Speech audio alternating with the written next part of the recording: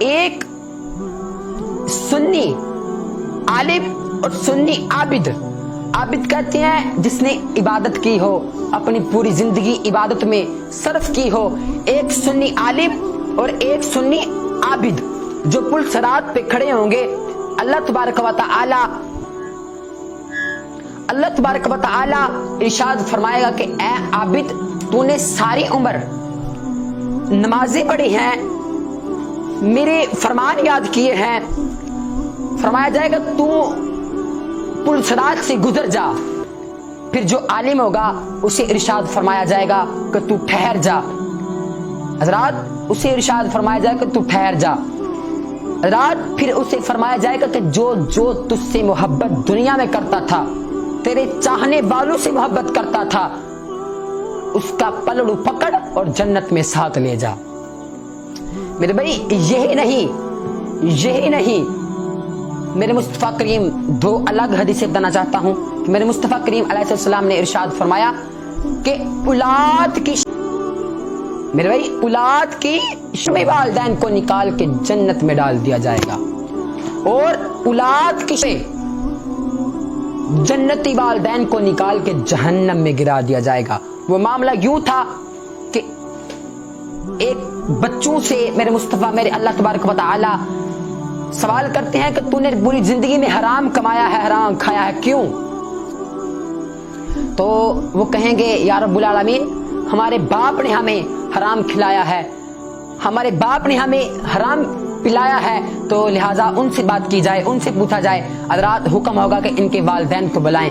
جب ان کے والدین آئیں گے تو معاذرہ پیش ہوگا, کہا جائے گا کہ آپ نے اپنے بچوں کو حرام کھلایا تو کیوں کھلایا, حرام پلایا تو کیوں پلایا؟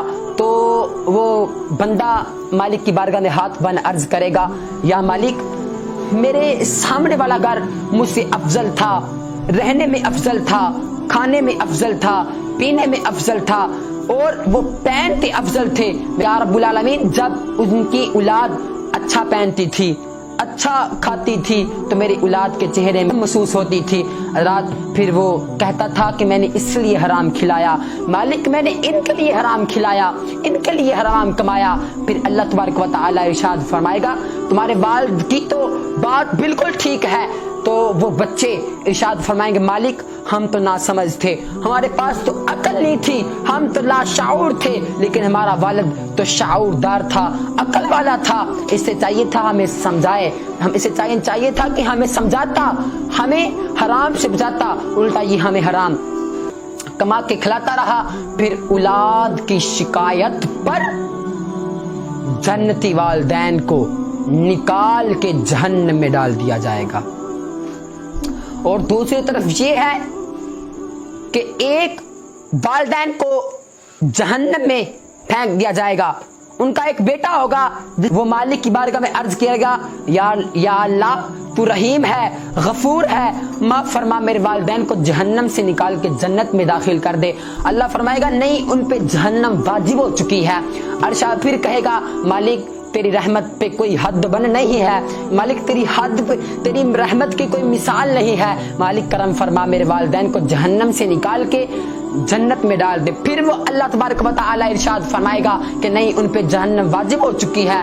تو پھر وہ اللہ تبارک و تعالی, حدیث میں آتا ہے کہ اللہ تبارک و تعالی سے مجادلہ کرے گا, وہ خالق پروردگار سے مجادلہ کرے گا, لڑائی کرے گا, بحث کرے گا اور بحث و تکرار کرے گا, اور فرمائے گا کہ اے مالک, اگر میرے والدین دوزخ میں ہے تو میری غیرت یہ گوارا نہیں کرتی کہ جس انگلی سے میں نے پکڑ کے چلنا سیکھا وہ جہنم میں جائیں اور میں جنت میں جاؤں. میری مالک, یہ میری غیرت گوارا نہیں کرتی.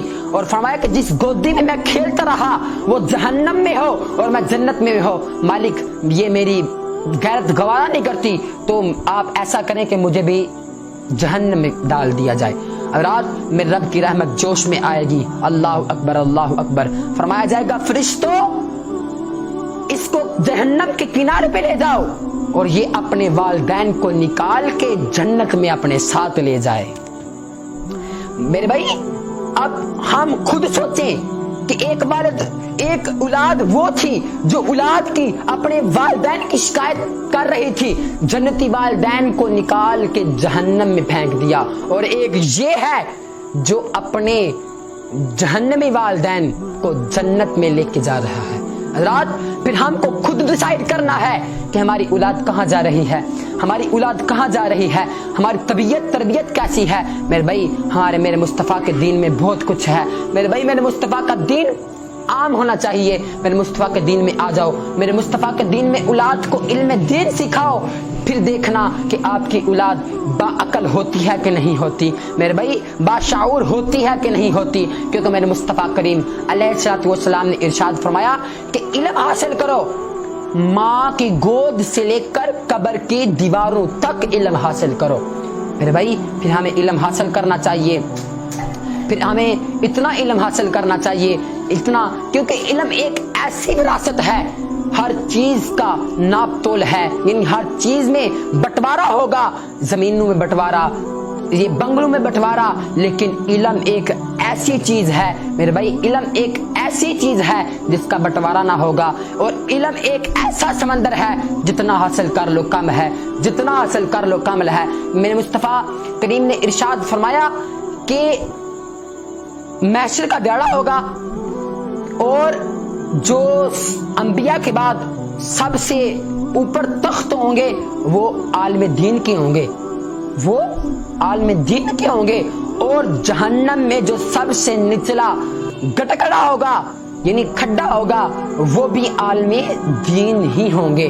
حضرات پھر ہمیں چاہیے کہ اپنی اولاد کو عالم دین بنائیں اور زیادہ سے زیادہ علم حاصل کریں۔